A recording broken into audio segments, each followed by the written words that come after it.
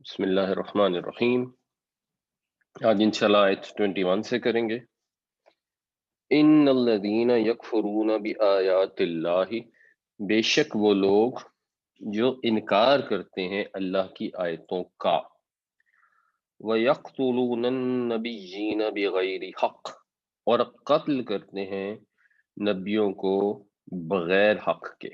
یہ لوگوں کی بات ہو رہی ہے کہ وہ لوگ جو نبیوں کو قتل کرتے ہیں بغیر حق کے، بیکاز اب تو نبی کریم صلی اللہ علیہ وسلم تشریف لے آئے تھے، اور حضرت محمد صلی اللہ علیہ وسلم کے بعد اب کسی اور نبی نے نہیں آنا تھا۔ تو ماضی میں یہودیوں کا یہ طریقہ کار رہا تھا کہ وہ انبیاء کو قتل کر دیتے تھے۔ جس کو ریسنٹ مثال اگر کہا جائے تو حضرت یحییٰ علیہ السلام جو حضرت عیسیٰ علیہ السلام کے ہم اثر تھے، حضرت یحییٰ علیہ السلام کو قتل کروایا جو نبی کریم صلی اللہ علیہ وسلم سے پہلے حضرت عیسیٰ علیہ السلام تھے، اور ان سے امیجیٹ ساتھ جو تھے حضرت یحییٰ علیہ السلام تھے، حضرت زکریا علیہ السلام کے بیٹے۔ تو یہ یہودیوں کا طریقہ کار رہا۔ تو بیسیکلی جب یہ کہا جا رہا ہے کہ وہ لوگ جو اللہ کی آیتوں کا انکار کرتے ہیں اور وہ لوگ جو نبیوں کو قتل کرتے ہیں، مطلب یہ ہے کہ ماضی میں قتل کرتے تھے، یعنی یہ وہ لوگ ہیں جن کی یہ کریکٹرسٹکس ہیں۔ وَيَقْتُلُونَ الَّذِينَ يَأْمُرُونَ بِالْقِسْطِ، اور وہ قتل کرتے ہیں ان لوگوں کو جو حکم دیتے ہیں، جو مشورہ دیتے ہیں، مطلب جو دعوت دیتے ہیں، بالقسط، انصاف کی۔ قسط کا ویسے مطلب تھوڑا سا انصاف سے بڑھ کے ہوتا ہے، انصاف بھی عربی کا لفظ ہے، اور اس کا مطلب ہوتا ہے کسی چیز کو نصف کر دینا، آدھا آدھا کر دینا۔ عدل کا بھی مطلب ہوتا ہے کہ چیز کو برابر کر دینا۔ مطلب یہ کہ اگر آپ کے سامنے دو سائل آئے جو واقعی جینوئنلی ضرورت مند ہیں، اور آپ نے جو بھی آپ کے پاس فنڈز اویلیبل تھے آپ نے دونوں کو آدھے آدھے دے دیے، تو یہ انصاف کہا جا سکتا ہے، اسے عدل کہا جا سکتا ہے۔ قسط ہوتا ہے کہ حق کے مطابق ان کو ٹھیک ٹھیک دینا۔ اگر ایک سائل کی ضرورت زیادہ ہے، اس کے بچے زیادہ ہیں، اخراجات زیادہ ہیں، تو اس کو پھر کچھ زیادہ دینا، یہ قسط میں آتا ہے۔ تو اردو میں نا اس طرح الفاظ نہیں ہے، انگریزی میں اس کے لیے الفاظ ہوتے ہیں۔ انگریزی میں اس کو ایک ورڈ یوز کیا جاتا ہے جسٹس، اور ایک لفظ یوز کیا جاتا ہے ایکویٹی۔ تو ایکویٹیبل جو بیہیویئر ہے نا، وہ بیسیکلی قسط میں آتا ہے۔ جو دعوت دیتے تھے انصاف پہ قائم رہنے کی، من الناسی، لوگوں میں سے، تو یہ کیا کرتے تھے؟ ان کو بھی قتل کر دیتے تھے۔ فبشرہم، تو پھر انہیں خوشخبری سنا دو۔ اصل میں وہ ایک دوسرے کو خوشخبریاں سناتے تھے، یعنی یہ یہودیوں کا طریقہ کار تھا کہ جو بھی ان کا کام کرنے کا طریقہ تھا، جو بھی ان کے اعمال تھے، اس کے بعد ساتھ وہ بڑے خوش تھے کہ ہم تو اللہ کے چہیتے ہیں، ہم نے تو جنت میں جانا ہی جانا ہے، ہم تو بالکل اسی طرح جیسے ہم مسلمان سمجھتے ہیں۔ تو ایکچولی ان کو یہ طنز کے طور پر لفظ استعمال کیا گیا کہ فبشرہم، تو خوشخبری سنا دیجیے ان کو، بعذاب علیم، دردناک عذاب کی۔ یہ رنج و الم اردو میں بھی استعمال ہوتا ہے۔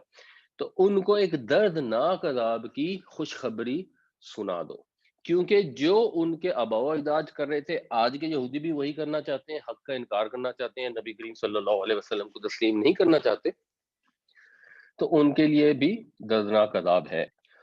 اولئک الذین حبطت اعمالهم، یہ وہ لوگ ہیں جن کے اعمال حبط ہو گئے۔ حبیطہ یا حبطو کا مطلب ہوتا ہے بیسیکلی جب کوئی جانور ایسا چارہ کھاتا ہے، یعنی یا تو بہت زیادہ کھاتا ہے، ان تفخم ان کثرت، یعنی یہ جو کوئی مویشی چارہ کھا لے تو جو بہت زیادہ کھانے کی وجہ سے یا ایسا چارہ کھانے کی وجہ سے جو اس کو موافق نہ ہو، جب اس کا پیٹ پھول جاتا ہے اور ایونچولی وہ زہریلا کھانا کھانے کی وجہ سے وہ پیٹ پھٹ جاتا ہے، اس کو کہتے ہیں حبط۔ یعنی دیکھنے میں ایسے محسوس ہوتا ہے کہ وہ جانور تر و تازہ ہو رہا ہے اس چارے کے کھانے سے، جو ایکچولی زہریلا ہوتا ہے۔ اسی طرح یہودی یہ نہیں تھا کہ انہوں نے نبی کریم صلی اللہ علیہ وسلم کا انکار کر دیا، جس سے پہلے نبیوں کو قتل کرتے تھے، تو اب وہ کوئی نیک عمل نہیں کرتے، وہ بہت نیک عمل کرتے تھے، آج بھی کرتے ہیں۔ آج بھی آپ دیکھیں تو مثال کے طور پہ مسلمان حلال کھانا کھاتے ہیں، واسٹ میجورٹی اس کو انشور کرتی ہے چاہے غیر مسلم ملکوں میں رہے، اور یہودی ان سے زیادہ انشور کرتے ہیں جو غیر مسلم ملکوں میں رہتے ہیں، تو اس پہ بڑے پکے ہیں وہ۔ اور بہت ساری چیزیں ایسی ہیں جن کو وہ فالو کرتے ہیں، لیکن وہ جو بھی اعمال کر رہے ہیں وہ برباد ہو جائیں گے۔ وہ کسی دیکھنے میں لگے گا کہ بڑے اچھے کام کر رہے ہیں اور بڑے بینیفیشین ہیں، ایکچولی وہ اعمال کوئی فائدہ نہیں دیں گے، کیونکہ انہوں نے اللہ کے نبی صلی اللہ علیہ وسلم کا انکار کیا، کیونکہ انہوں نے اللہ کی آیتوں کا انکار کیا، کیونکہ وہ ان لوگوں کو قتل کرتے رہے اور قتل کرتے ہیں جو انصاف کے اوپر قائم رہنے کی دعوت دیتے ہیں۔ پھر دنیا میں بھی، یعنی جو امیجیٹ یہودی اس وقت موجود تھے ان کے لیے بھی ٹرو ہے کہ دنیا میں بھی جو ان کی ایفرٹس تھی نا وہ بھی ضائع ہو گئی، اور ایونچولی مدینہ منورہ سے ان کو نکال دیا گیا، ذلیل و خوار ہوئے۔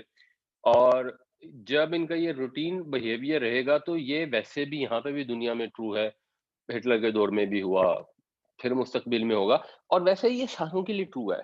یعنی یہودیوں کے اوپر تو ایک عذاب آیا جو انہوں نے حضرت عیسیٰ علیہ السلام کا انکار کیا اور ان کو قتل کرنے کی کوششیں کی، تو ان کی وجہ سے ان کی قسمت ہی میں عذاب لکھ دیا گیا ہے۔ لیکن کوئی بھی قوم ایسی ہے جو اللہ کی آیتوں کا انکار کرتی ہے، حق کے مخالف جاتی ہے، تو دنیا میں بھی اس کے اعمال کام نہیں آتے۔ وہی والی بات ہے کہ یہودیوں کو بھی ایک سرٹن ٹائم تک مہلت ملتی ہے، باقی قوموں کو مہلت ملتی ہے، اس کے بعد خدا کے ہاں دیر ہے اندھیر نہیں ہے۔ والآخرتی، اور آخرت میں بھی تباہ ہو گئے جو بھی انہوں نے دینداری کے نیکی کے کام کیے۔ وما لهم من ناصرین، اور کوئی نہیں ہوگا ان کا مدد کرنے والا، کسی قسم کی ان کی کوئی مدد نہیں ہو سکے گی۔ آخرت میں تو ڈیفینیٹلی کوئی مدد نہیں کر سکے گا جس سے کسی کو امیدیں ہیں اگر اس کے اعمال درست نہیں ہیں۔ سوچنا سمجھنا یہ چاہیے کہ یہ یہودیوں کے متعلق بات ہو رہی ہے، اس کا یہ مطلب نہیں ہے کہ یہ اللہ تعالیٰ کے اصول اور ضوابط جو ہیں ان سے ہم ایگزیمپٹ ہیں۔ ہمارے اوپر بھی اسی طرح اپلائی ہوتے ہیں۔ اگر ہم آیتوں کا انکار کریں گے چاہے زبانی طور پر چاہے عملی طور پر، تو ہمارا بھی یہی انجام ہوگا۔ الذین آتیناہم الکتاب یتلونہ حق تلاوتہ اولئک یؤمنون بہ، وہ لوگ جنہیں دی گئی کتاب وہ اس کی ایسے تلاوت کرتے ہیں جیسے تلاوت کا حق ہے، سمجھتے بھی ہیں اور اس پر عمل بھی کرتے ہیں، وہ لوگ ہیں جو اس پہ ایمان رکھتے ہیں۔ جو اللہ کی کتاب کو مانتے ہیں زبان سے اور تلاوت اس طرح نہیں کرتے، تلاوت کا حق نہیں ہے، تو وہ ایمان رکھنے والے نہیں ہیں۔ الم ترا، کیا، لم نہیں، ترا تو دیکھتا ہے، رعا اس نے دیکھا، یرا وہ دیکھتا ہے، ترا تو دیکھتا ہے۔ جب لم لگ جاتا ہے میننگ اس کا ماضی میں چلا جاتا ہے، تو کیا تو نے نہیں دیکھا، کیا تم نے غور نہیں کیا، مطلب یہ کہ ذرا دیکھو تو ان لوگوں کو۔ الی الذین اوتوا نصیبا من الکتاب، ان لوگوں کی طرف جن کو اوتو، یہ پیسو وائس ہے، جن کو دیا گیا، نصیب حصہ، اردو میں بھی حصے کے معنوں میں بھی استعمال ہوتا ہے، جو مستقبل میں ہمارے لیے قسمت کا حصہ لکھا ہوتا ہے۔ نصیبم من الکتابی، الکتاب خاص کتاب، یہاں قرآن شریف میں اکثر الکتاب سے مراد ہوتی ہے اللہ کی کتاب، جن کو دیا گیا ایک حصہ اللہ کی کتاب میں سے۔ اللہ کی کتاب میں سے ایک حصہ دیا گیا، کیا مطلب کیا ہے؟ ایک تو یہ مطلب ہے کہ جو آسمانی کتابیں ہیں مل کر ان کو بھی الکتاب لفظ استعمال کیا جاتا ہے، تو ان میں سے کچھ کتابیں انہیں دی گئیں۔ یہاں اپیرنٹلی مطلب یہ ہے کہ جو قرآن پاک ہے جس کے اندر فائنل گائیڈنس آ گئی، آخری ہدایت آ گئی، اس ہدایت کا کچھ پورشن پچھلی کتابوں میں موجود تھا۔ پچھلی کتابوں میں کچھ چیزیں شاید مسنگ بھی تھیں کیونکہ ابھی انسانیت متحمل نہیں تھی پورے پیغام کو ابزارب کرنے کے لیے، اور پھر بعد میں چلو انہوں نے تحریفیں بھی کر دیں، تو اس کا کچھ حصہ انہیں بھی دیا گیا تھا۔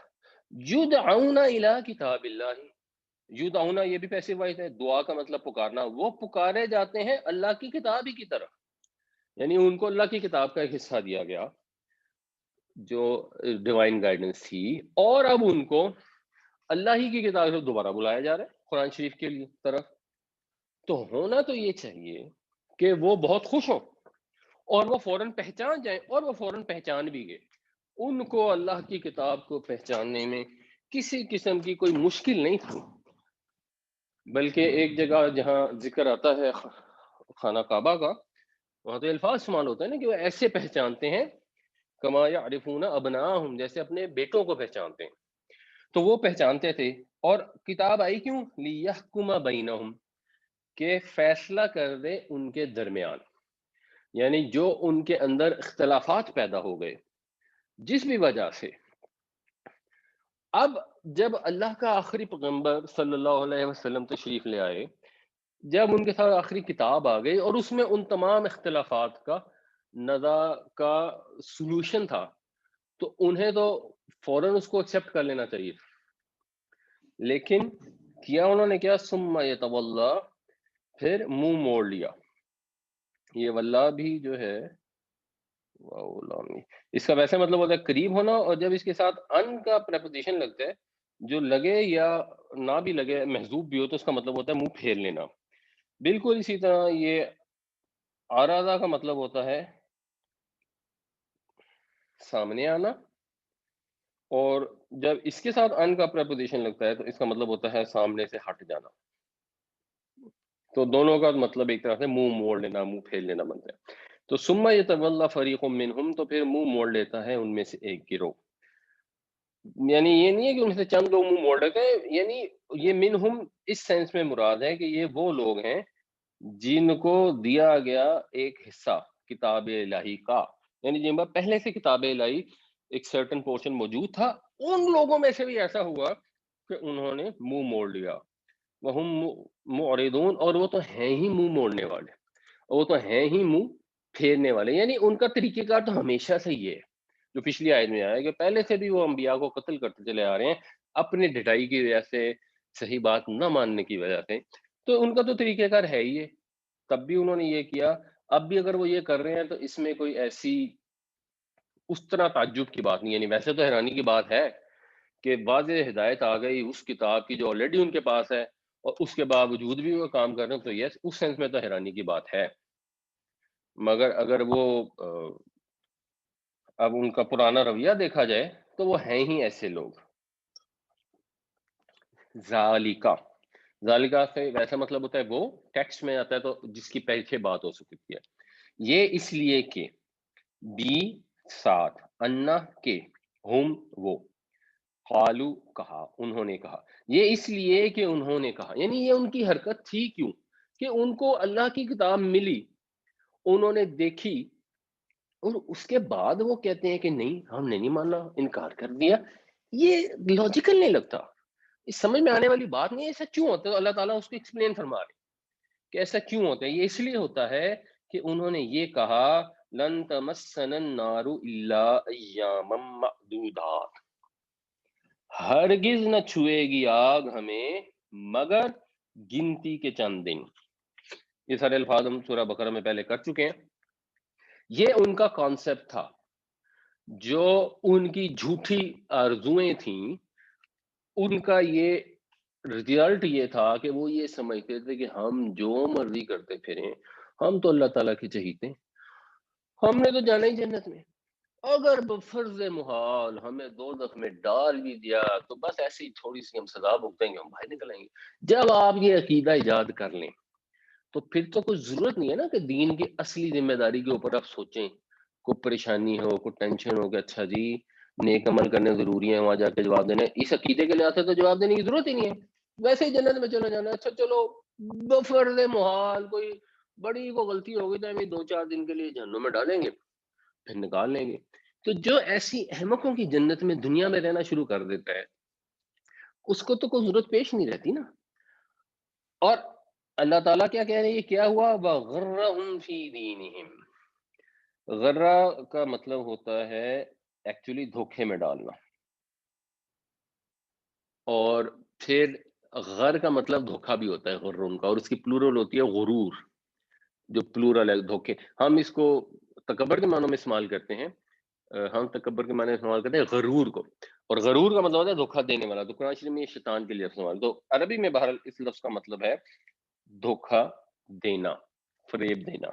تو دھوکا دیا ان کو فی دینہم، ان کے دین کے بارے میں، جو دین ان تک پہنچا، جو اللہ تعالیٰ کے انبیاء علیہ السلام نے ان کو دین پہنچایا، ان کو اس دین کے بارے میں اس چیز نے دھوکے میں ڈال دیا. ماں جو کانو وہ تھے، یفترون افترا کرتے، جو وہ گھڑتے رہے. اس چیز نے ان کو دھوکے میں ڈال دیا، جو انہوں نے گھڑی، جو ان کی من پسند خواہشیں تھیں وہ انہوں نے گھڑ لیں۔ یہی من پسند خواہشیں ہماری بھی ہیں، ہم نے بھی یہ گھڑ لیا کہ ہم تو آخری نبی کی امت سے ہیں، خار ہیں، بدکار ہیں، تیرے محبوب کی امت میں سے ہیں۔ مطلب اس کا یہ ہے کہ ہم جو مرضی کرتے پھریں، ہم تو نبی کریم صلی اللہ علیہ وسلم سے محبت کرتے ہیں، ہم تو آپ کی امت سے ہیں۔ کیا ہوا اگر ہم نے تھوڑی سی بےایمانی کر لی؟ کیا ہوا اگر ہم نے تھوڑی تکبر کا مظاہرہ کر لیا؟ کیا ہوا اگر ہم نے کہیں چوری شوری بھی کر لی؟ تو کیا فرق پڑتا ہے؟ ہم نے تو جنت میں ہی جانا ہے، اصل میں جہنم میں تو غیر مسلموں نے جانا ہے۔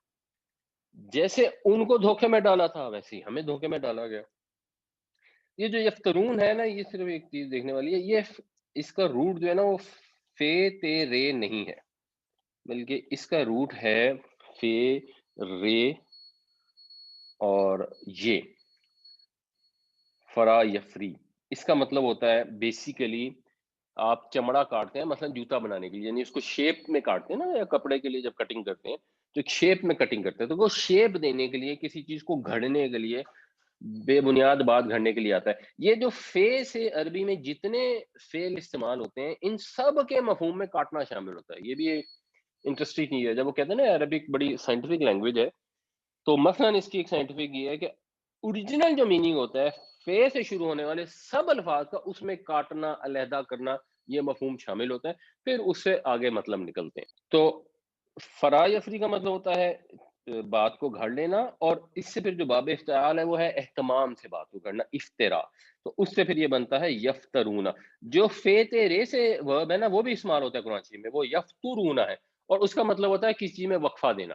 ان کو اس چیز نے دھوکے میں ڈال دیا جو وہ گھڑتے رہے، جو انہوں نے جھوٹی تمنائیں بنائی ہوئی تھی، انہوں نے ان کو دھوکے میں ڈال دیا۔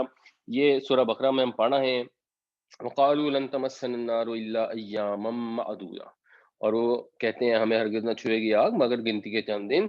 قل اتخذتم عند اللہ عہدا، پوچھئے ان سے کیا تم نے اللہ سے کوئی وعدہ لے رکھا ہے؟ فلن یخلف اللہ عہدا، تو اللہ تعالیٰ اپنے وعدے کے خلاف تو نہیں کرتا۔ ام تقولون علی اللہ ما لا تعلمون، یا تم وہ بات کرتے ہو اللہ تعالیٰ کے متعلق جس کا تم علم نہیں رکھتے، تمہیں پتہ ہی نہیں ہے کہ بات کا، اور ایسے ہی تم گھڑ کے بتائی جا رہے ہو۔ بلا من کسب سیئۃ احاطت به خطیئته فاولئک اصحاب النار هم فیہا خالدون۔ نہیں، جس نے کمائی برائی اور گھیر لیا اسے اس کی برائی کے گناہ نے، بس وہی لوگ ہیں جو آگ والے ہیں، ہمیشہ ہمیشہ اس میں رہیں گے۔ یعنی اگر ایک شخص کسی گناہ میں مبتلا ہو گیا، اور ایسے مبتلا ہو گیا کہ اب اس کی خطا نے اس کو گھیر لیا، اس کو محسوس ہی نہیں ہوتا، مطلب ایک آدمی ہے اس کو جھوٹ بولنے کی اتنی عادت ہو گئی کہ وہ جھوٹ بولتا ہے، اس کو احساس نہیں ہوتا کہ اس نے کوئی غلط کام کیا ہے، تو بس یہ لوگ تو پھر آگ کے ساتھ نہیں، اور ہمیشہ ہمیشہ وہاں رہیں گے۔ والذین آمنوا وعملوا الصالحات اولئک اصحاب الجنۃ هم فیہا خالدون، اور وہ لوگ جو ایمان لائیں گے، صحیح صحیح عمل کریں گے، وہ جنت والے ہیں، وہ ہمیشہ ہمیشہ وہاں رہیں گے۔ سمپل سادہ رول قرآن شریف میں، آپ قرآن شریف کو کہیں سے بھی اٹھا کے پڑھ لیں، قرآن کا یہی پیغام ہے۔ اچھے عمل کرو گے تو جنت میں جاؤ گے، برے عمل کرو گے تو جہنم میں جاؤ گے۔ قرآن شریف میں کہیں نہیں لکھا ہوا کہ تم آخری نبی صلی اللہ علیہ وسلم کی امت میں پیدا ہو گئے بائی چانس، اس لیے تمہارے لیے تو لازمی ہے کہ تم جنت میں جاؤ، جہنم تمہیں چھوئے بھی نہ، یا اگر چھو بھی لے تو چند دن جہنم میں گزار کے تم واپس آ جاؤ گے۔ قرآن شریف میں ایسی بات نہیں ہے۔ احادیث سے لوگ انٹرپریٹیشن کرنے کی کوشش کرتے ہیں، ساری احادیث کو ملا کے دیکھیں گے تو اس میں سے بھی یہ نتیجہ نہیں نکلتا۔ ایک ریلیونٹ حدیث میں آپ کو بیان کر دیتا ہوں، ہم نے پہلے بھی ڈسکس کی ہے کہ یہ ایک آیت آئی، انذر عشیرتک الاقربین، نبی کریم صلی اللہ علیہ وسلم کو اللہ تعالیٰ نے حکم دیا کہ اپنے جو قریبی رشتہ دار ہیں ان کو آپ ڈرائیں اللہ کے عذاب سے۔ تو آپ نے لوگوں کو بلایا۔ اب یہ ایگزیکٹلی آیت کب نازل ہوئی اور یہ واقعہ کب کیا، یہ ضروری نہیں ہوتا ایک ہی پیریڈ ہو، یہ آیت اس کے متعلق ایک طرح سے فٹ ہوتی ہے۔ تو نبی کریم صلی اللہ علیہ وسلم نے فرمایا کہ اے قریش والو، یا ایسی کو بات کی، اور انہوں نے کہا کہ بچا لو اپنے آپ کو، بیچ دو اپنی جانوں کو نیک عملوں کے بدلے، میں تمہارے کام نہیں آؤں گا اللہ کے مقابلے میں کچھ بھی۔ اے بنی عبد مناف، نہیں میں تمہارے کام آؤں گا اللہ کے مقابلے میں کچھ بھی۔ اے عباس بن عبد المطلب، نہیں میں کام آؤں گا تمہارے اللہ کے مقابلے میں کچھ بھی۔ اور اے صفیہ رسول اللہ کی پھپھی، نہیں میں کام آؤں گا تمہارے معاملے میں اللہ کے مقابلے میں کچھ بھی۔ اور اے فاطمہ بنت محمد، مجھ سے مانگ لے اگر تو چاہتی ہے کہ میرا مال، نہیں میں کام آؤں گا اللہ کے مقابلے میں تیرے لیے کچھ بھی۔ تو نبی کریم صلی اللہ علیہ وسلم اپنی پھپھی سے، اپنے چچا سے، اپنی پیاری بیٹی سے یہ فرماتے ہیں کہ میں تمہارے کام نہیں آ سکتا، تمہیں اپنے نیک اعمال کے بلبوتے پہ ہی وہاں پہنچنا ہوگا۔ 15 صدیوں کا سفر طے کر کے ہم نے ازیوم کر لیا کہ نہیں ہمیں وہ بچا لیں گے۔ سگی بیٹی کو تو آپ نے ایسی کوئی گارنٹی دی نہیں، ہم نے سمجھا ہوا کہ نہیں ہمیں اللہ کے نبی نے ہمیں ضرور بچا لیں گے، کیونکہ ہم نے پتہ نہیں کیا کیا ہے۔ یعنی اگر ہم کسی جان پال کے گھر پیدا ہونے کے بجائے عبد الرحمان کے گھر پیدا ہو گئے تو یہ تو ہمارا تو ان کو کمال نہیں ہے، تو ہم نے کیا کیا جس کی وجہ سے ہمیں وہ بچا لیں گے۔ تو یہ اب کامن سینس کی بات ہے، اگر انسان اس پر غور کرے تو اپنے اعمال درست کر لے، یہودیوں کی طرح ڈھٹائی میں نہ پڑا رہے۔ اگر ہمارے اعمال درست ہو جائیں گے تو آخرت کا تو فائدہ ظاہر سی بات ہے ہی ہے، دنیا میں بھی بہت آسانیاں ہو جائیں گی۔ فا پس، کیفا کیسا، یعنی کیسا ہوگا، یعنی کیا ہوگا، اذا جس وقت، جمعنا ہم جمع کریں گے ہم ان کو۔ یعنی پھر اب ذرا سچویشن امیجن کرو، یہ لوگ ایسے سوچتے ہیں کہ ہمیں تو آگ گنتی کے چند دن ہی چھوئے گی، پھر ہوگا کیا ان کے ساتھ، جس دن ہم جمع کریں گے انہیں، لی یومن، لی یومن اس دن کے لیے، یعنی مطلب ایکچولی یہ سم تھنگ لائک لی حساب یومن ہے کہ اس دن کے حساب کے لیے۔ تو جب ہم اس دن کے لیے انہیں اکٹھا کریں گے، لا ریب فیہ، کوئی شک نہیں جس میں، جس کے آنے میں کوئی شک نہیں ہے۔ ایسا نہیں ہے کہ ہمارا خیال ہو کہ شاید قیامت آ جائے شاید نہ بھی آئے، نہیں ایسا نہیں ہے، اس کے آنے میں کسی قسم کا کوئی شک نہیں ہے۔ وہ دن تو آئے گا، اللہ تعالیٰ اس دن سب کو جمع فرمائیں گے۔ تو جو ایسے لوگ ہیں پھر کیا ہوگا ان کے ساتھ، وَوُفِّيَتْ، وفا کا مطلب ہوتا ہے پورا کرنا، اور پورا پورا دے دیا جائے گا، کلو نفس، ہر نفس کو، ما کسبت، جو اس نے کمایا۔ کسب کا مطلب ہوتا ہے محنت سے کوئی چیز کمانا، حاصل کرنا۔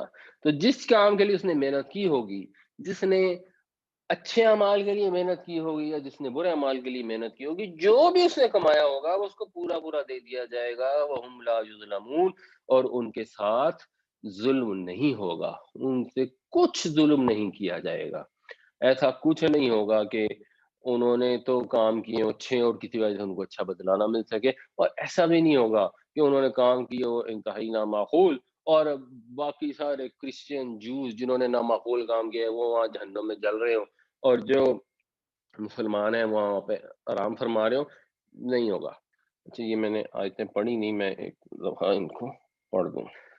ان الذين يكفرون بآيات الله ويقتلون النبيين بغير حق ويقتلون الذين يأمرون بالقسط من الناس وبشرهم بعذاب أليم، بے شک وہ لوگ جو کفر کرتے ہیں اللہ کی آیتوں کا اور قتل کرتے ہیں نبیوں کو بغیر حق کے، اور قتل کرتے ہیں ان لوگوں کو جو دعوت دیتے ہیں انصاف پہ قائم رہنے کی لوگوں میں سے، پس خوشخبری سنا دیجئے ان کو دردناک عذاب کی۔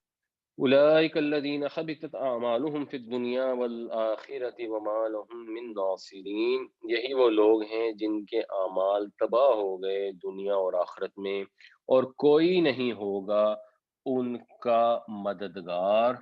الم تر الی الذین اوتوا نصیبا من الکتاب یدعون الی کتاب اللہ لیحکم بینہم ثم یتولی فریق منہم وہم معرضون، کیا تم نے غور کیا ان لوگوں پر جن کو دیا گیا اللہ کی کتاب میں سے کچھ حصہ، وہ پکارے جاتے ہیں اللہ کی کتاب ہی کی طرف تاکہ وہ فیصلہ کر دے ان کے درمیان، پھر منہ موڑ لیتا ہے ان میں سے ایک فریق، اور وہ ہیں ہی منہ موڑنے والے۔ ذالک بانہم قالوا لن تمسنا النار الا ایاما معدودات وغرہم فی دینہم ما كانوا یفترون، یہ اس لیے کہ انہوں نے کہا ہرگز نہ چھوئے گی آگ ہمیں مگر گنتی کے چند دن، اور دھوکے میں ڈال دیا ان کو ان کے دین کے بارے میں اس چیز نے جو وہ گھڑتے تھے. فَكَيْفَ إِذَا جَمَعْنَاهُمْ لِيَوْمٍ لَا رَيْبَ فِيهِ وَوُفِّيَتْ كُلُّ نَفْسٍ مَّا كَسَبَتْ وَهُمْ لَا يُظْلَمُونَ. تو کیسا ہوگا جب ہم جمع کریں گے انہیں اس دن کے لیے جس میں آنے میں کوئی شک نہیں، اور پورا پورا دے دیا جائے گا ہر جان کو جو اس نے کمایا ہوگا، اور ان کے ساتھ ذرا بھی ظلم نہ ہوگا. اس میں صرف ایک نوٹ کرنے والی بات یہ ہے کہ جو نفس ہے یہ مؤنث سمائی ہے. عام طور پہ تو مؤنث وہ ہوتے ہیں جن کے ساتھ مثلاً گولتے آتی ہے یا جوڑا ہوتا ہے تو وہ مؤنث ہوتا ہے. یہ نفس مؤنث سمائی ہے. سننے کے لحاظ سے عربی اس کو مؤنث کہتے ہیں، تو اس کے ساتھ پھر جو فعل استعمال ہوا ہے وہ بھی مؤنث کا ہے. وفیت بھی، یہ آخر میں جو تے آ رہی ہے، اور کسبت بھی، یہ بھی مؤنث کا فعل ہے. قل کہہ دیجئے، اللہم. اللہم میں ایکچولی یہ ہے اللہ، اور اس کے ساتھ پھر یہ میم شد والی جوڑی گئی ہے. یہ بھی ایک حرف ندا ہوتا ہے، جیسے یا حرف ندا ہوتا ہے. جب عربی میں کہیں گے یا اللہ یا ربنا تو یا حرف ندا ہے، اسی طرح یہ میم مشدد جو ہے یہ بھی حرف ندا ہے. ایک اس میں جو فرق ہے کہ یہ بعد میں آتی ہے، دوسرا یا اسم سے پہلے آتا ہے، یہ اللہ کے بعد آ رہی ہے. اور دوسرا جو فرق ہے کہ یہ صرف اور صرف اللہ تعالیٰ کو پکارنے کے لیے مخصوص ہے. عربوں کے ہاں اسلام کے آنے سے پہلے یا اسلام کے آنے کے بعد یہ سٹائل کسی اور اسم کے ساتھ، کسی اور ناؤن کے ساتھ استعمال نہیں ہوتا. اور غالباً یہ اس کو جب یوز کرتے ہیں تو اس سے نا یہ پلورل کا صیغہ بھی بن جاتا ہے. یہ اور عبرانی میں بھی ایسے ہوتا ہے، ایلوہم یوز کیا جاتا ہے، تو وہ پلورل کا صیغہ اللہ تعالیٰ کے لیے جلال کے لیے، جلالت کے اظہار کے لیے استعمال کیا جاتا ہے. تو کہہ دیجئے اللہم، یا اللہ، مالک الملکی. اب یہ جو مالک ہے ایکچولی یہ اللہ کا بدل ہے، تو یوں بھی کنسیڈر کر سکتے ہیں یا یوں بھی کنسیڈر کرتے ہیں کہ اللہم کے بعد لیٹ سے کہ یہاں یا لکھا ہوا تھا، یعنی بیسیکلی یا تو یہاں آ گیا نا. تو یا اللہ اے مالک الملک. اور یہ ایک رول ہم پہلے پڑھ چکے ہیں کہ جو منادہ اسے کہتے ہیں جس سے پہلے حرف ندا ہے. تو وہ اسم جس سے پہلے اے، او، انگریزی میں او ہوتا ہے، عربی میں یا ہوتا ہے، یا ایوہا ہوتا ہے، یا یتوہا، جب وہ آئے تو وہ اس اسم کو کہیں گے منادہ، جس کو پکارا جا رہا ہے، حرف ندا پکارنے والا حرف.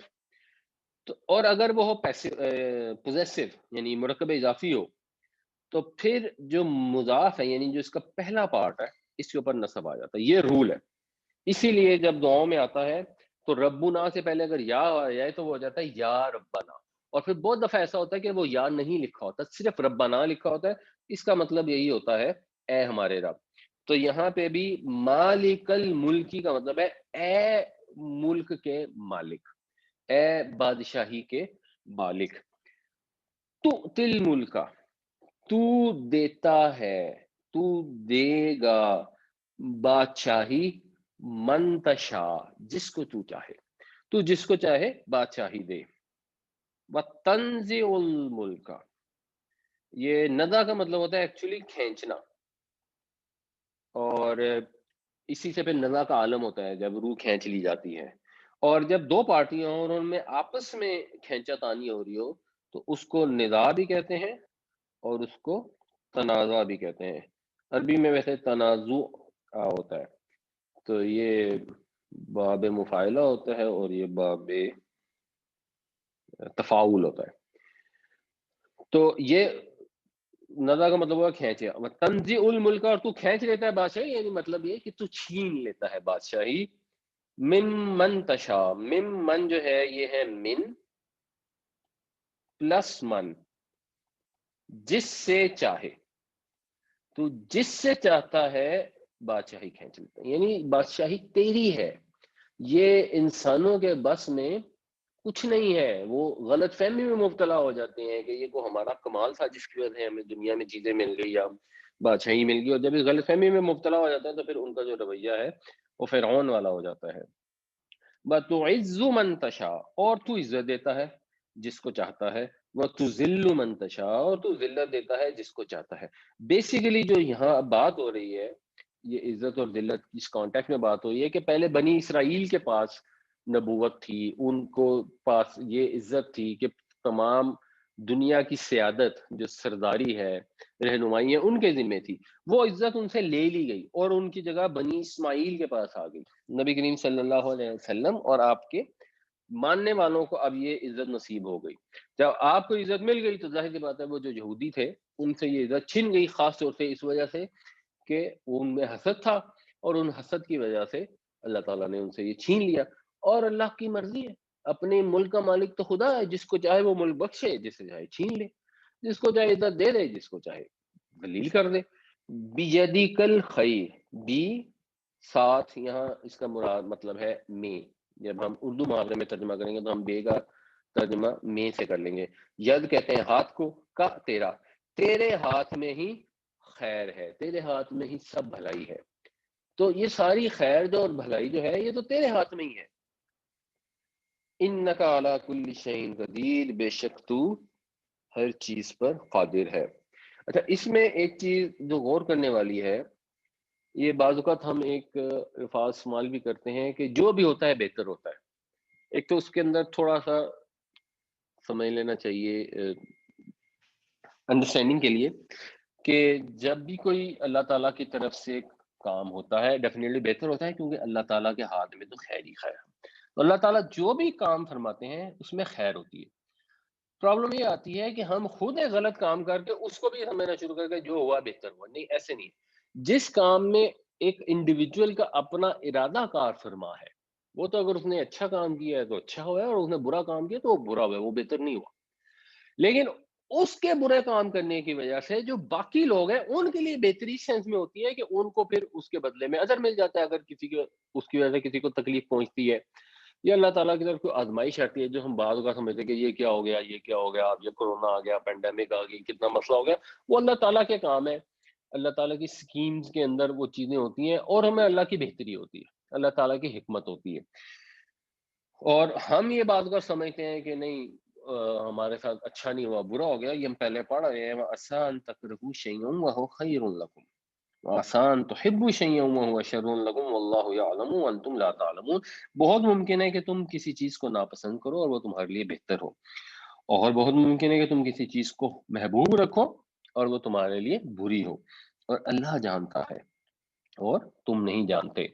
قل اللہم مالک الملک تؤتی الملک من تشاء وتنزع الملک ممن تشاء وتعز من تشاء وتذل من تشاء بیدک الخیر انک علی کل شیء قدیر. کہہ دیجئے اے اللہ، اے بادشاہی کے مالک، تو بادشاہی دیتا ہے جس کو چاہتا ہے، اور تو بادشاہی چھین لیتا ہے جس سے چاہتا ہے، اور تو عزت دیتا ہے جس کو چاہتا ہے، اور تو ذلت دیتا ہے جس کو چاہتا ہے.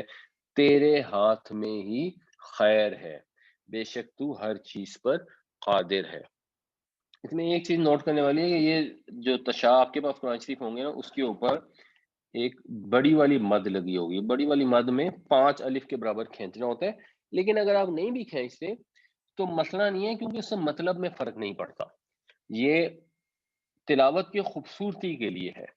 مطلب میں فرق وہاں پڑتا ہے جہاں زبر اور الف کا فرق ہو.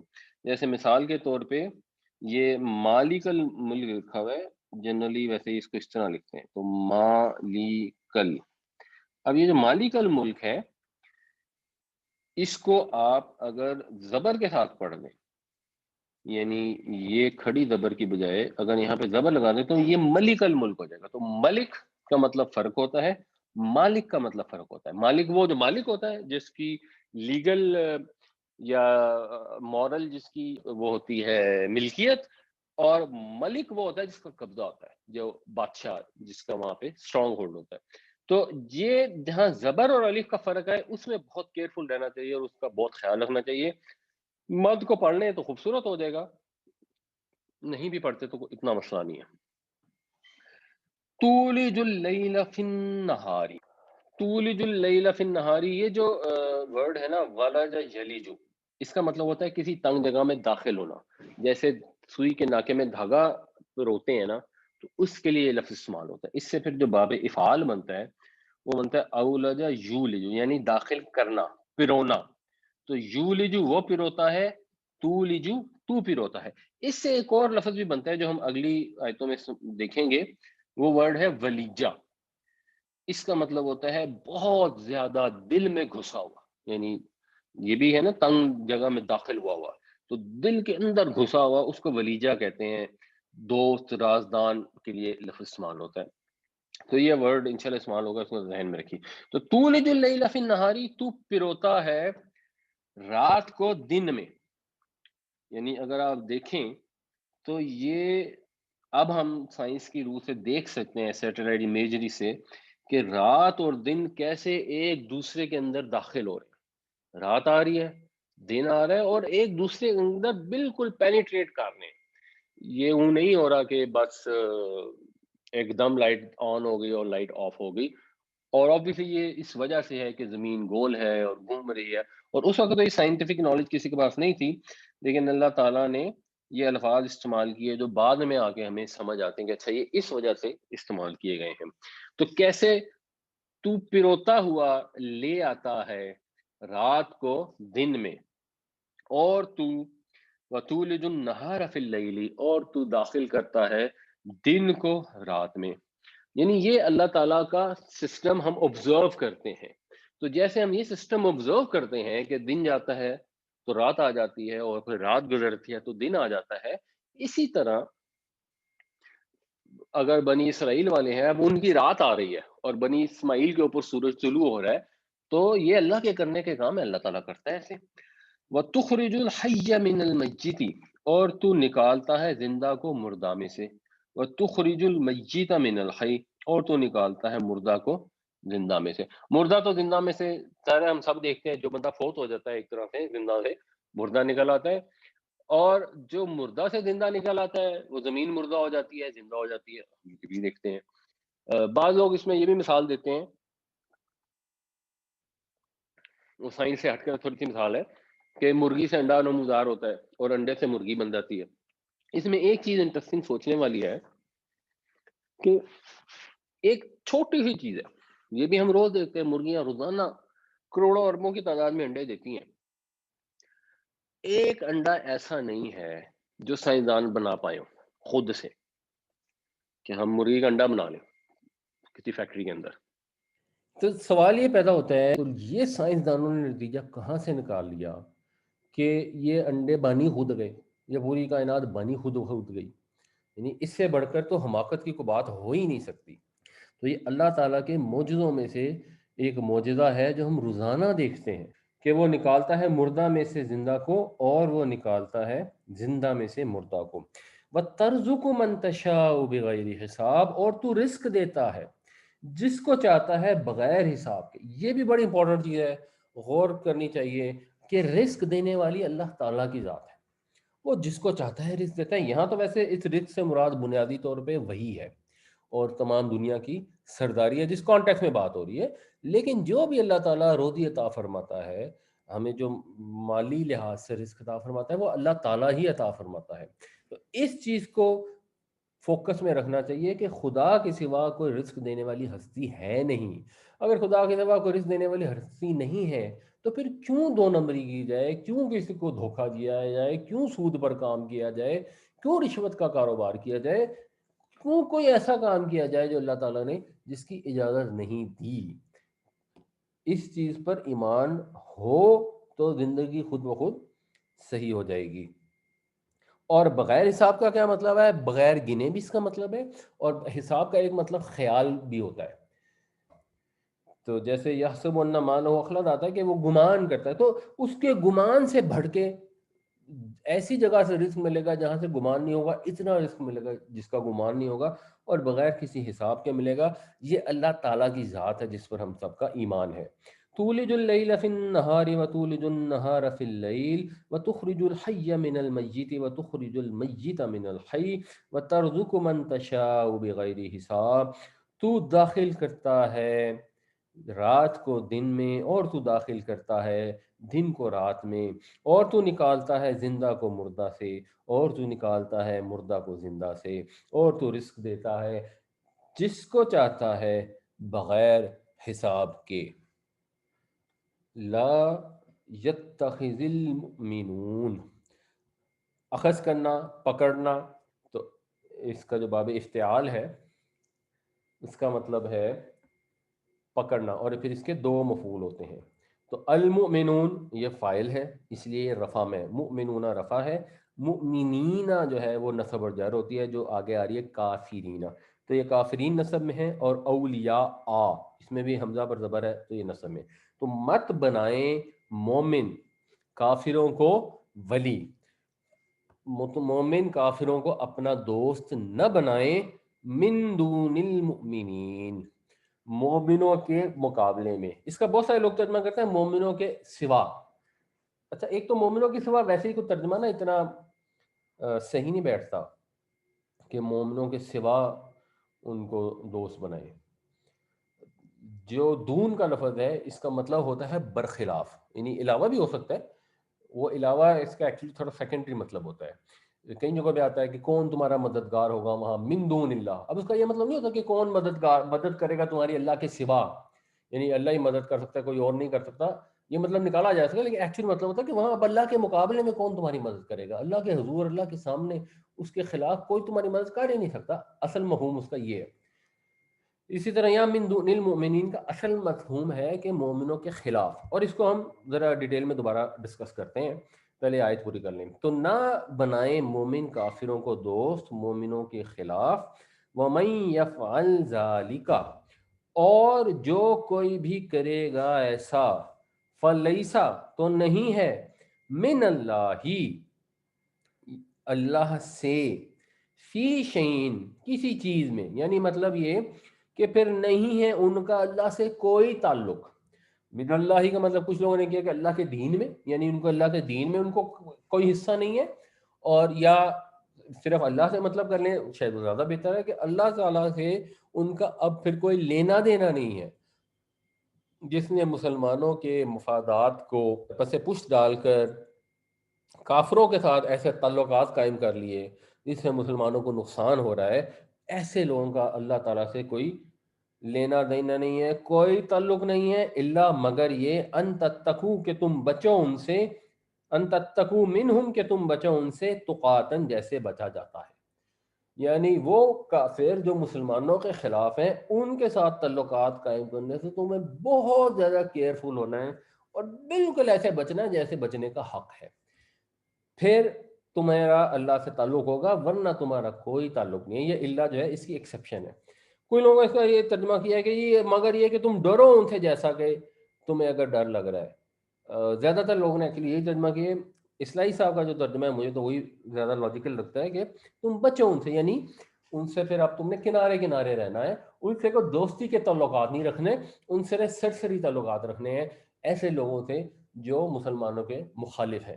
جیسے مثلا اسرائیل ہے اس سے خیر ہم نے تعلقات رکھے نہیں ہوئے، لیکن اگر اور بھی کوئی ایسی سچویشن آتی ہے، خاص طور سے ایک اپنی جس جگہ آپ رہتے ہیں اس کے کانٹیکس میں اگر دیکھیں، اگر ہمارے ملک کے کسی کے ساتھ تعلقات خراب ہیں، وہ ہمارا دشمن ہے، مثلا وہ انڈیا ہے، اور ہمارے ہاں ایک گروہ ہو جو انڈیا کے فوجیوں سے یا سیاستدانوں سے یا ان کی گورنمنٹ سے کوئی ایسے تعلقات بنا لے جو ہمارے ملکی مفاد کے خلاف ہے، تو وہ الاؤڈ نہیں ہے قطعاً. اور اگر کوئی ایسا کرتا ہے اور اسے ہمارے ملک کو نقصان پہنچتا ہے تو وہ اتنی بری چیز ہے کہ اس کا مطلب یہ ہے کہ اللہ تعالیٰ سے کوئی لینا دینا نہیں، اس کا اللہ تعالیٰ سے ہی کوئی تعلق نہیں ہے.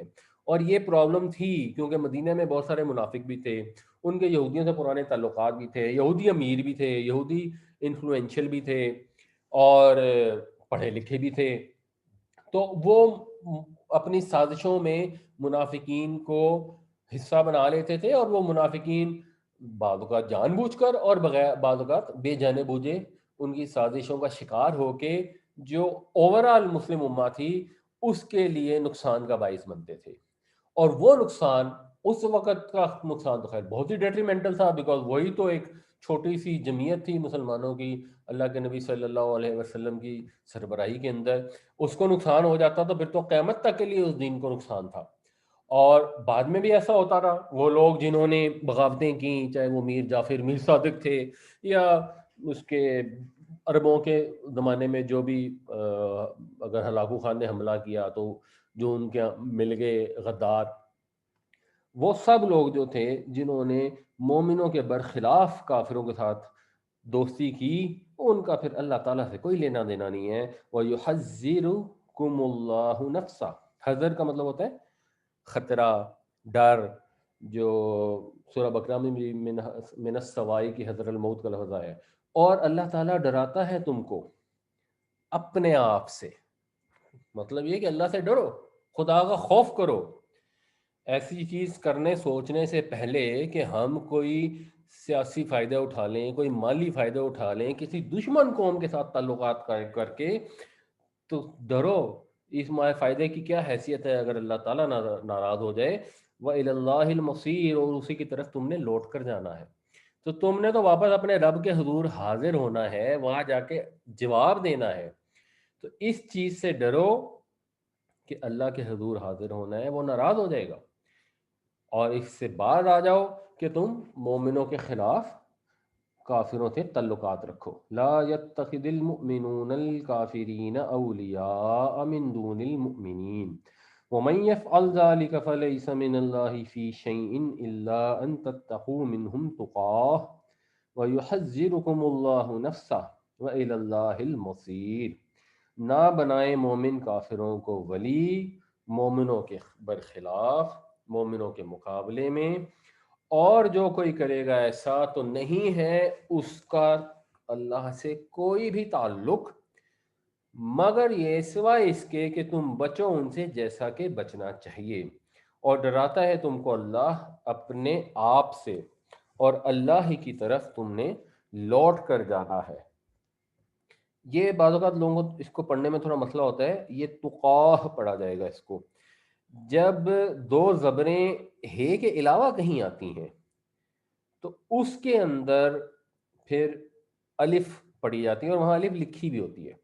یہ گول تے جو ہے اس کے اوپر جب دو زبر آئے یا ایک زبر آئے یا دو پیش یا ایک یا دو زیر آئے تو یہ گول تے ہے میں کنورٹ ہو جاتی ہے جب آپ نے سانس لینا ہے، تو اس کو پڑھیں گے تقاہ، اور یہ تقاہ نہیں پڑھیں گے، تھوڑا سا لمبا کر کے تقاہ پڑھیں گے، تو اس کو تقات نہیں پڑھتے۔ بعض اوقات ایسا ہوتا ہے کہ گول تے لمبی تے میں کنورٹ ہو جاتی ہے، لیکن وہ پھر قرآن شریف میں اسی طرح لمبی تے میں لکھی ہوئی ہوتی ہے۔ اچھا، اس کو اگر آپ غور کریں، یہ جو من دون المؤمنین ہے، لاجیکلی کیسے اس کو سمجھ آتی ہے؟ ایک اور جگہ بھی یہ قرآن شریف میں استعمال ہوا ہے سورہ توبہ میں، وَلَمْ يَتَّخِذُوا مِن دُونِ اللَّهِ وَلَا رَسُولِهِ وَلَا الْمُؤْمِنِينَ وَلِيجَا۔ یہاں پہ بھی یہی الفاظ معلوم ہے کہ مت بناؤ اللہ کے مقابلے میں اور رسول کے اور مومنوں کے مقابلے میں کسی کو ولیجہ، اور ولیجہ وہ ہے جو گہرا دوست، رازدان، یعنی جو گہرا رازدان ہے وہ نہیں آپ بنا سکتے، دلی بھیدی دلی دوست نہیں بنا سکتے، ان سے ایک دنیاوی لحاظ کی دوستی تو رکھ سکتے ہیں، لیکن ایک جو بھید والے شیئرنگ والی ہے وہ نہیں رکھ سکتے۔ مثال کے طور پہ اگر کوئی شخص کوہٹا میں کام کرتا ہے اور ایٹم بم پہ کام کر رہا ہے، اب اس کو تو نارمل دوستی بھی نہیں رکھنی چاہیے کسی نان مسلم کے ساتھ، because it is too risky کہ وہ ہمارے راز باہر نہ نکل جائیں۔ یہ الفاظ سے بھی مطلب پتہ لگتا ہے کہ اس سے مطلب مقابل ہے، اور ایک اور لاجیکل طریقے سے بھی ہم اس کو سمجھتے ہیں کہ قرآن شریف میں یہ آیا، ہم پیچھے پڑھ رہے ہیں کہ وہاں پہ لکھا گیا تھا کہ مت نکاح کرو مشرکوں سے اپنی عورتوں کا جب تک وہ مسلمان نہ ہو جائیں، اور مت نکاح کرو مشرک عورتوں سے جب تک وہ مسلمان نہ ہو جائیں، تو وہاں منع کر دیا گیا۔ لیکن اہل کتاب کے معاملے میں اللہ تعالیٰ نے عورتوں سے نکاح کی اجازت دی ہے، اہل کتاب کے مردوں سے تو خیر نہیں ہو سکتا۔ وطعام الذین اوتوا الکتاب حل لکم وطعامکم حل لہم، یعنی اہل کتاب کا کھانا تمہارے لیے حلال ہے اور تمہارا کھانا ان کے لیے حلال ہے۔ والمحصنات من المؤمنات والمحصنات من الذین اوتوا الکتاب من قبلکم، اور مومنوں کی محفوظ عورتیں، پاکیزہ عورتیں، اور اہل کتاب کی جن کو تم سے پہلے کتاب دی گئی ان کی عورتیں بھی، وہ بھی تمہارے لیے حلال ہیں۔ اذا آتیتموہن اجورہن محسنین غیر مسافحین ولا متخذی اخدان، اگر تم ان کے حق مہر ان کو ادا کر دو، اور ان کے ساتھ شادی کا مقصد بیسیکلی شادی ہو، آگے یہ آیت کا یہ مفہوم ہے، ہمیشہ کا تعلق ہو. ہم یہ بھی ڈیٹیل سے ڈسکس کر رہے ہیں کہ نکاح کے آداب اور شرائط کیا ہیں. لیکن فوکس کی چیز پہ ہے کہ جو اہل کتاب کی جو عورتیں ہیں ان کے ساتھ نکاح جائز ہے، ان کے ساتھ شادی ہو سکتی ہے. تو جو لوگ اس کا یہ ترجمہ کرتے ہیں نا کہ کوئی مومن کسی کافر سے دوستی نہیں کر سکتا، فرینڈشپ نہیں رکھ سکتا، تو شادی تو فرینڈشپ سے آگے کا سٹیپ ہے. تو پھر تو شادی لاجیکلی ہو نہیں سکتی اگر یہ ترجمہ مانا جائے. پھر اس آیت کو یا تو مانیں گے کہ منسوخ ہو گئی ہے، وہ یہ نہیں مانتے، سارے مانتے ہیں کہ یہ آیت بالکل ویلڈ ہے آج کی بھی دن، کہ آپ اہل کتاب کی عورتوں سے شادی کر سکتے ہیں. یعنی اس کی کچھ شرائط ہے، جیسے مثال کے طور پر آج کل اگر کوئی فرانس جرمنی میں جا کے کسی اہل کتاب کی عورت سے شادی کرتا ہے تو وہ ڈیزائربل نہیں ہے، وہ ایک علیحدہ ڈسکشن ہے. لیکن اس کو سب مانتے ہیں. تو شادی سب مانتے ہیں کہ ایک غیر مسلم خاتون سے ہو سکتی ہے جو اہل کتاب میں سے ہو، یہودی عیسائی سے. لیکن اور یہاں جو ہم آج ڈسکس کریں تو ہائی کانٹیکس میں مینلی یہودیوں کے کانٹیکس میں، لیکن جو دوستی ہے وہ نہیں ہو سکتی. تو it does not make sense.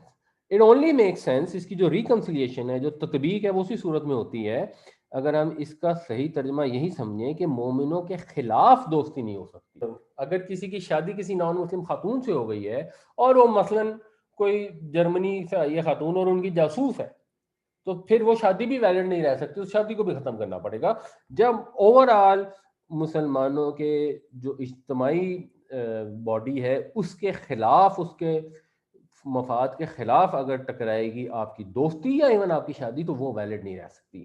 تو یہ مومنوں کو بتایا جا رہا ہے کہ کافروں کے ساتھ ایسی دوستی نہیں رکھنی، ایسی رازداری والی دوستی نہیں رکھنی، ان کو اپنے رازوں میں شریک نہیں کرنا جو آپ کی نیشنل انٹرسٹ کے راز ہیں. اور اوبویسلی نیشنل انٹرسٹ کے راز ہمارے کامن لوگوں کو تو پاس نہیں ہوتے، وہ فوجیوں کے پاس ہوں گے، سائنسدانوں کے پاس ہوں گے. تو صحیح اس کا جو ترجمہ بنے گا وہ یہ بنے گا. اس سے جب بعض کا لوگ یہ نکال لیتے ہیں اور پھر لوگ کنفیوز ہو جاتے ہیں. مثال کے طور پر ہمارے لوگ جو یورپ میں رہتے ہیں تو ان کی فرینڈ شپس ہوتی ہیں نان مسلمس کے ساتھ بھی، اور اچھی فرینڈ شپ ہوتی ہیں. ہم لوگ جو بزنس کرتے ہیں نان مسلم کے ساتھ، ان کے ساتھ بھی ہماری دوستیاں ہوتی ہیں، اور لوگوں کی سکھوں سے دوستیاں ہوتی ہیں، لوگوں کی ہندوؤں سے دوستیاں ہوتی ہیں، اور ان دوستیوں میں کوئی ایشو اور حرج نہیں ہے. حرج وہیں آتا ہے جب اس دوستی سے مسلمانوں کے اجتماعی مفاد کو نقصان پہنچتا ہے. تو یہ اس آیت کو صحیح کانٹیکٹ میں سمجھنا بہت ضروری ہے، کیونکہ میجورٹی اس کا وہی مطلب سمجھتی ہے جو شاید یہ شادی کو جب آپ مد نظر رکھتے ہیں تو لاجیکل نہیں رہتا. قل کہہ دیجئے ان تخفو، اگر تم چھپاؤ، ما فی صدورکم، جو ہے تمہارے سینوں میں. سینوں میں ہونے کا کیا مطلب ہے؟ یعنی جو تمہارے دلوں میں ہے، کیونکہ سینے میں دل ہوتا ہے. او یا تبدوہ، تم ظاہر کو دو. بدا یبدو کا مطلب ہوتا ہے ظاہر کرنا، اسی سے پھر بدوی بھی ہے جو کھلی فضا میں ہوتا ہے، اوپن ہوتا ہے. یعلمہ اللہ، جانتا ہے اس کو اللہ. یعنی جو بھی تمہارے دلوں میں ہے، اور یہاں پہ جو بھی تمہارے دلوں میں ہے سے مراد ہے جو تم نے تعلقات قائم کیے ہیں ان کے ساتھ خفیہ بھی اگر، تب بھی وہ اللہ جانتا ہے. جو منافقین کے یہودیوں کے ساتھ دوستیاں تھیں اور تعلقات تھے، یا ایون مشرکین کے ساتھ بھی تعلقات تھے، تو اللہ تعالیٰ یہ فرما رہے ہیں کہ اللہ اس کو جانتا ہے. وَيَعْلَمُ، اور وہ جانتا ہے، مَا فِي السَّمَاوَاتِ، جو کچھ آسمانوں میں ہے، وَمَا فِي الْأَرْضِ، اور جو زمین میں ہے، وَاللَّهُ عَلَىٰ كُلِّ شَيْءٍ قَدِيرٌ، اور اللہ تعالیٰ ہر شے پر قادر ہے. مطلب یہ کہ اللہ تعالیٰ صرف تمہارے دلوں کے رازوں کو ہی نہیں جانتا، بلکہ اللہ تعالیٰ آسمان زمین میں جو کچھ ہو رہا ہے سب جانتا ہے، اور ہر چیز پر قادر بھی ہے، اور وہ تمہیں ڈراتا ہے اپنے آپ سے. تو ایسی حرکتوں سے باز آ جاؤ اور اس سے ڈرو. قل ان تخفوا ما في صدوركم او تبدوه يعلمه الله ويعلم ما في السماوات وما في الارض والله على كل شيء قدیر.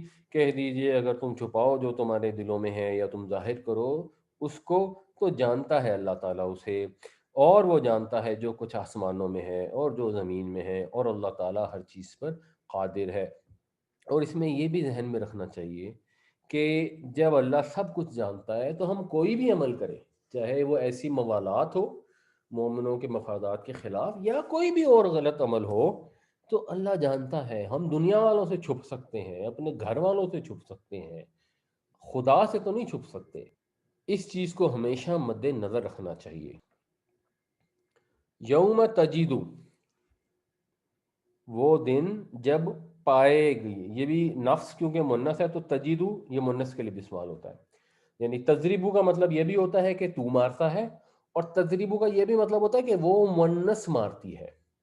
تو وہ دن جب پا لے گی کلو نفسن، ہر جان، جب ہر جان پائے گی، جب ہر شخص پائے گا، ما عملت جو اس نے کیا، یہ عملت بھی مونس ہے، عملہ اس نے عمل کیا، عملت اس مونس نے کیا، جو اس نے کیا، من خیرن خیر میں سے، یعنی جو بھی اس نے نیکی کی ہوگی کسی نے بھی، وہ اس کو کیا پائے گی، محضرن حاضر۔ یہ پھر محضر جو ہے یہ مفعول ہے باب افعال سے، تو حضرہ کا مطلب ہوتا ہے حاضر ہونا، احضرہ کا مطلب ہوتا ہے حاضر کرنا، محضر حاضر کیا گیا، تو وہ اپنے سامنے موجود پائے گی نیکی کو، جو چھوٹی سے چھوٹی نیکی کی ہوگی، تو جو کسی نے ذرہ برابر نیکی کی ہوگی وہ اس کو دیکھے گا، تو اپنے سامنے پائے گا ہر کوئی۔ وما عملت من سوء، اور جو اس نے کی ہوگی برائی، اب یہ محزن یہاں نہیں لکھا ہوا لیکن یہ انڈرسٹوڈ ہے، اس کو بھی وہ اپنے سامنے موجود پائے گا۔ یہ دن آنے والا ہے۔ جو اسلام کا سسٹم ہے نیکی کا، وہ بیس کرتا ہے اس کانسیپٹ کے اوپر کہ انسان اللہ تعالی سے ڈرے، اس دن سے ڈرے جس دن وہ خدا کے حضور کھڑا ہوگا، اس کے پورے اچھے برے اعمال کی ویڈیو پروف، وٹنسز، اس کے ہاتھ پاؤں کی اس کے خلاف گواہی، ہر چیز اس کے سامنے پیش کر دی جائے گی، اور دنیا کے سامنے بھی پیش کر دی جائے گی۔ تو ابھی تو دنیا سے چھپا لیا آپ نے، جو پچھلی آیت میں ہے کہ جو تمہارے دلوں میں ہے اللہ اس کو جانتا ہے، وہاں جا کے دنیا والے بھی سارے دیکھ لیں گے، ساری کائنات دیکھ رہی ہوگی کہ یہ آدمی ویسے اتنا پرہیزگار بندہ تھا اور اندر سے یہ کیسا تھا۔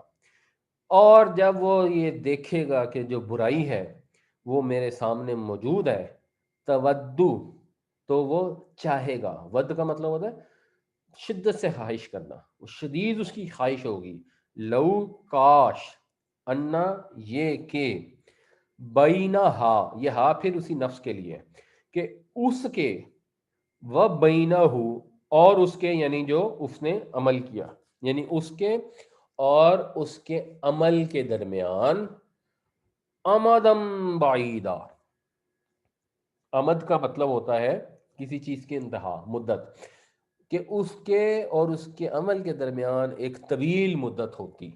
وَيُحَذِّرُكُمُ اللَّهُ نَفْسَهُ، اور اللہ ڈراتا ہے تم کو اپنے آپ سے، اور اللہ ہوشیار کرتا ہے تمہیں اپنی ذات سے۔ کیوں ہوشیار کرتا ہے اللہ تعالیٰ؟ واللہ رعوف بالعباد، اور اللہ تعالیٰ بڑا مہربان ہے بندوں کے ساتھ، یہ اس کی مہربانی ہے کہ وہ تمہیں خبردار کر رہا ہے۔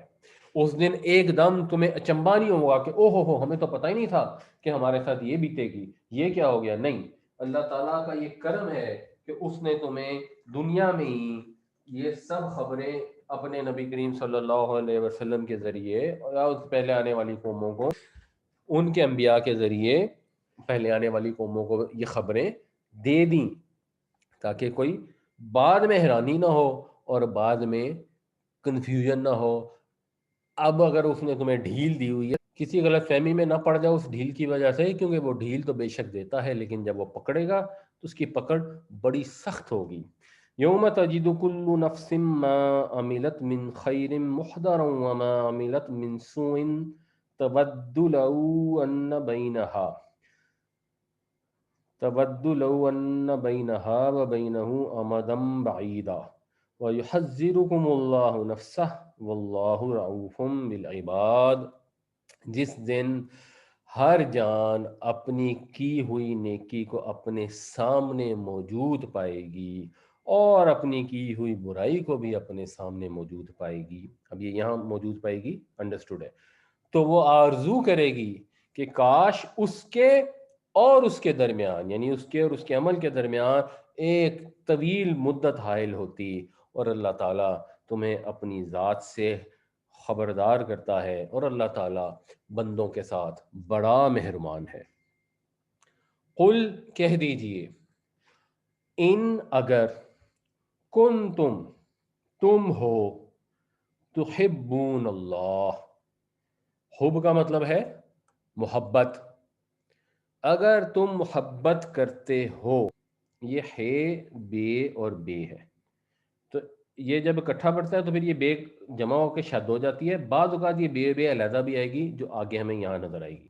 اب یہ بڑی غور طلب آیت ہے، قرآن شریف کی شاید ایسی آیتوں میں ہے کہ اگر ہم اس آیت کو سمجھ جائیں تو ساری کنفیوژن دور ہو جائے، سب بحث ختم ہو جائے، انسان کو کسی چیز پہ سوال رہے ہی نہ۔ اتنا آسان اللہ تعالیٰ نے دین کو کر دیا ہے، اتنا آسان اللہ تعالیٰ نے فلسفے کو کر دیا ہے۔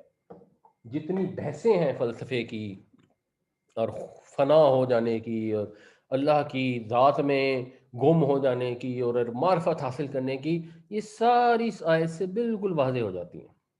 اللہ تعالیٰ فرماتے ہیں اگر تم اللہ سے محبت رکھتے ہو، اللہ سے محبت رکھتے ہو مطلب تم اللہ سے محبت رکھنے کا دعویٰ کرتے ہو۔ اگر تمہارا یہ دعویٰ ہے کہ او ہو ہمیں تو اللہ سے بڑی محبت ہے اور ہمیں اللہ کے نبی صلی اللہ علیہ وسلم سے بڑی محبت ہے، یہ ہمارا دعویٰ ہے، یہ دعویٰ سب کرتے ہیں، کوئی مسلمان ایسا نہیں ہو سکتا جو رسول سے محبت کا دعویٰ نہ کرتا ہو، کوئی مسلمان ایسا ہو ہی نہیں سکتا جس کے اندر رسول کی محبت نہ ہو۔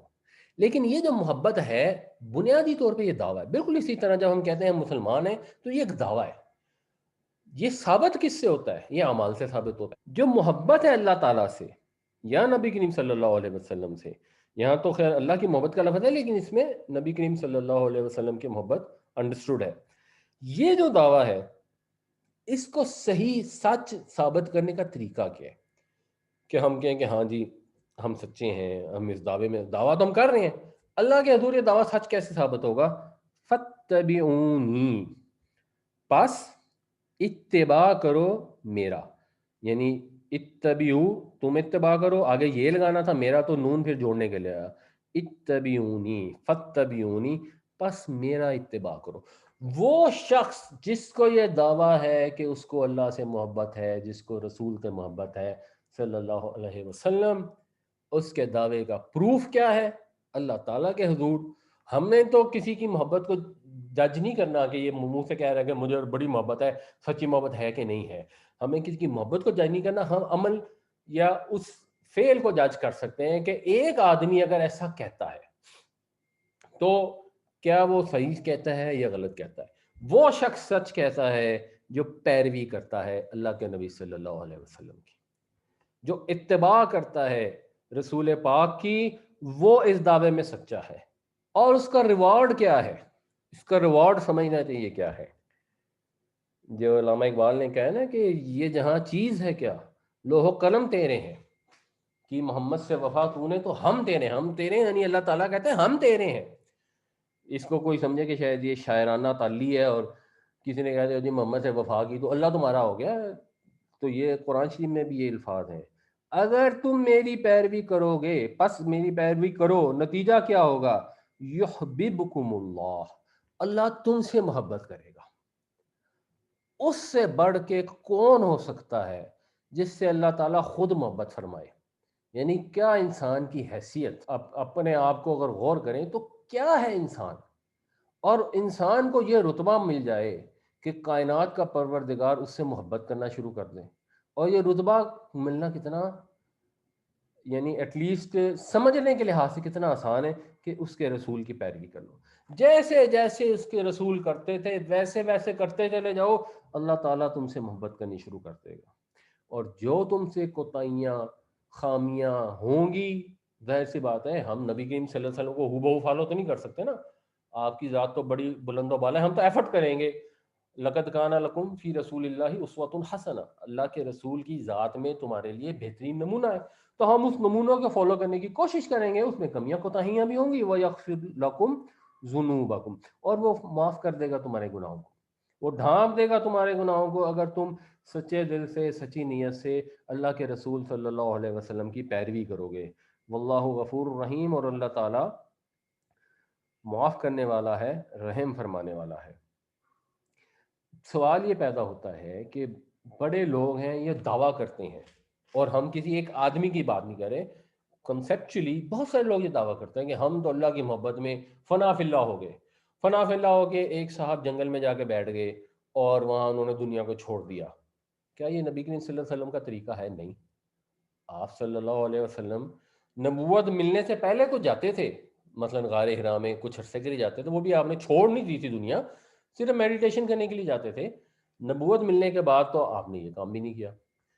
آپ صلی اللہ علیہ وسلم کا کیا طریقہ تھا؟ آپ دن میں دنیا کے جو بھی کام ہوتے تھے وہ کرتے تھے، لوگوں کو قرآن کی تعلیم دیتے تھے، راتوں کو تہائی رات یا اس کا کچھ زیادہ یا کم آپ اپنے رب کے حضور کھڑے ہو کر تہجد پڑھتے تھے۔ یہ ہے اللہ کے رسول کا طریقہ۔ جو اس طریقے کو فالو کرے گا اللہ اس سے محبت کرنی شروع کر دے گا۔ جو اپنا طریقہ ایجاد کر لے گا وہ محبت میں سچا نہیں ہے۔ اگر ہمیں کہا کہ جی ہم نے اللہ کے رسول سے بڑی محبت ہے، بڑی محبت ہے، ہم نے ایک محفل منعقد کرائی، وہاں پہ قوالیاں ہوئیں اور وہاں پہ ہم نے دھمال ڈالنے شروع کر دیے، کیا کہ اللہ کے نبی صلی اللہ علیہ وسلم کا طریقہ تھا؟ نہیں تھا۔ اگر نہیں تھا تو پھر یہ محبت نہیں ہے، پھر یہ محبت کا دعویٰ درست نہیں ہے۔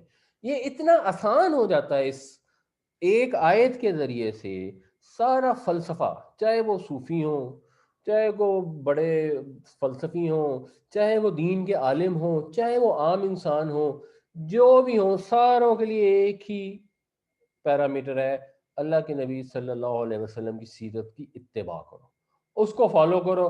نبی کریم صلی اللہ علیہ وسلم ہر نماز سے پہلے مسواک کیا کرتے تھے مثلا، تو آپ بھی کر لیں، یہ اتباع میں شامل ہے۔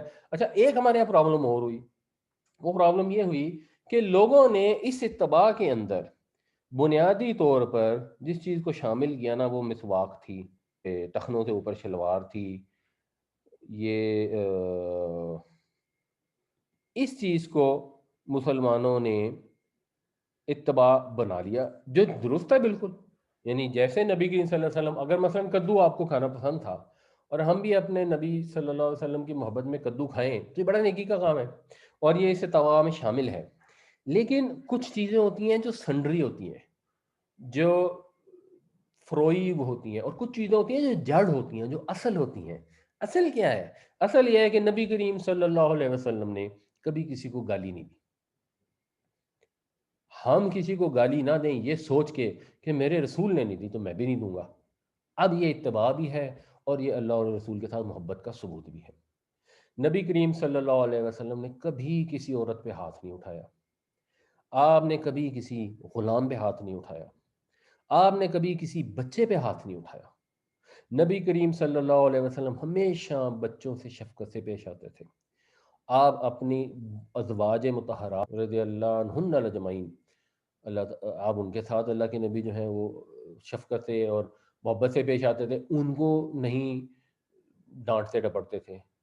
ہم اپنی بیویوں کے ساتھ، اپنی اولاد کے ساتھ، کسی کے اولاد کے ساتھ، یتیموں کے ساتھ، مسکینوں کے ساتھ حسن سلوک کریں کہ ہمارے نبی ایسے کرتے تھے ہم بھی ایسے کریں۔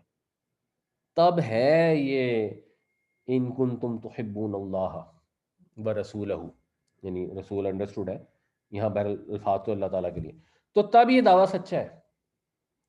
آپ صلی اللہ علیہ وسلم نے کبھی جھوٹ نہیں بولا، آپ صلی اللہ علیہ وسلم نے کبھی کسی سے بدعہدی نہیں کی، کبھی امانت میں خیانت نہیں کی۔ تو جو ہم کیا کریں کہ ہم رشوتیں لے رہے ہوں، ہم ملاوٹیں کر رہے ہوں اور دعویٰ کر رہے ہوں کہ ہم محبت کرتے ہیں، اور اس دعوے کے ثبوت کے لیے ہم مسواکیں کر رہے ہوں، ہم نے لمبے لمبے بال رکھے ہوں، ہم نے ٹخنوں سے اوپر شلوار کی ہو، داڑھی ہم نے ایک مٹھی سے زیادہ رکھی ہو، یہ سارا کچھ کیا اور ہمارا دعویٰ ہو کہ اصل میں ہم تو محبت کرتے ہیں، یا ہم وہ کام کر رہے ہوں جو سنت میں ہے ہی نہیں، ہم قوالیوں کی محفلیں کر رہے ہوں، اس میں تالیاں بجا بجا کے اللہ رسول کا نام لے رہے ہوں، ڈھولکیاں بجا رہے ہوں، دھمالیں پڑ رہی ہوں، یہ سارا کچھ ہو رہا ہو اور ہم کہیں یہ اصل میں ہمیں بڑی محبت ہے، میں مدینے آؤں، مدینے جاؤں، مدینے آؤں، مدینے جاؤں، وہ ہو رہی ہے اور لوگوں کو حال پڑا ہوا ہے اور لوگ مست ہوئے ہوئے ہیں، تو اس کا تو کوئی اللہ تعالیٰ کے نبی صلی اللہ علیہ وسلم کے طریقے سے کوئی تعلق ہی نہیں ہے۔ یا ہم وہ کام کرنے شروع کر دیں جو منع کیے گئے ہیں، جو یہ دھمانے ڈالنے ٹائپ چیزیں بھی ظاہر منع ہے، قرآن شریف میں الفاظ آتے ہیں کہ مشرکین کو اللہ تعالیٰ نے ڈانٹا ہے کہ تمہاری نماز کیا ہے جو تم نے خانہ کعبہ کے سامنے رکھی ہوئی ہے سوائے اس کے کہ تم تالیاں پیٹتے اور سیٹیاں بجاتے ہو، تو یہ چیزیں ممنوع ہیں۔ تو یہ چیزیں اللہ تعالیٰ کے نبی کی پیروی میں جو شامل ہیں وہ محبت کا ثبوت ہے، ادروائز ہم زبان سے محبت کہتے ہیں۔ اب اس میں جو مرضی فرقہ ہو، کوئی مسلمانوں کا فرقہ ایسا نہیں ہے جو نبی کریم صلی اللہ علیہ وسلم سے محبت کا دعویٰ نہیں کرتا. سب دعویٰ کرتے ہیں، سچا دعویٰ اس کا ہے جو پیروی کرتا ہے اللہ کے نبی کی، اور اگر کوئی پیروی کرے گا تو پھر اللہ سے محبت کرے گا، یہ مقام اس کو حاصل ہو جائے گا. قل ان کنتم تحبون اللہ فاتبعونی یحببکم اللہ ویغفر لکم ذنوبکم واللہ غفور رحیم. قل اطیعوا اللہ والرسول، کہہ دیجئے کہ اطاعت کرو اللہ کی اور رسول کی. وَإِن تَوَلَّوْا فَإِنَّ اللَّهَ لَا يُحِبُّ الْكَافِرِينَ، پھر اگر منہ موڑو گے تو اللہ تعالیٰ نہیں پسند کرتا کافروں کو. یعنی دین کا جو کم سے کم مطالبہ ہے وہ ہے نبی کریم صلی اللہ علیہ وسلم کی اطاعت، اللہ کی اطاعت. جو یہ اطاعت نہیں کرتا وہ کافر ہے، وہ ایمان سے خارج ہے.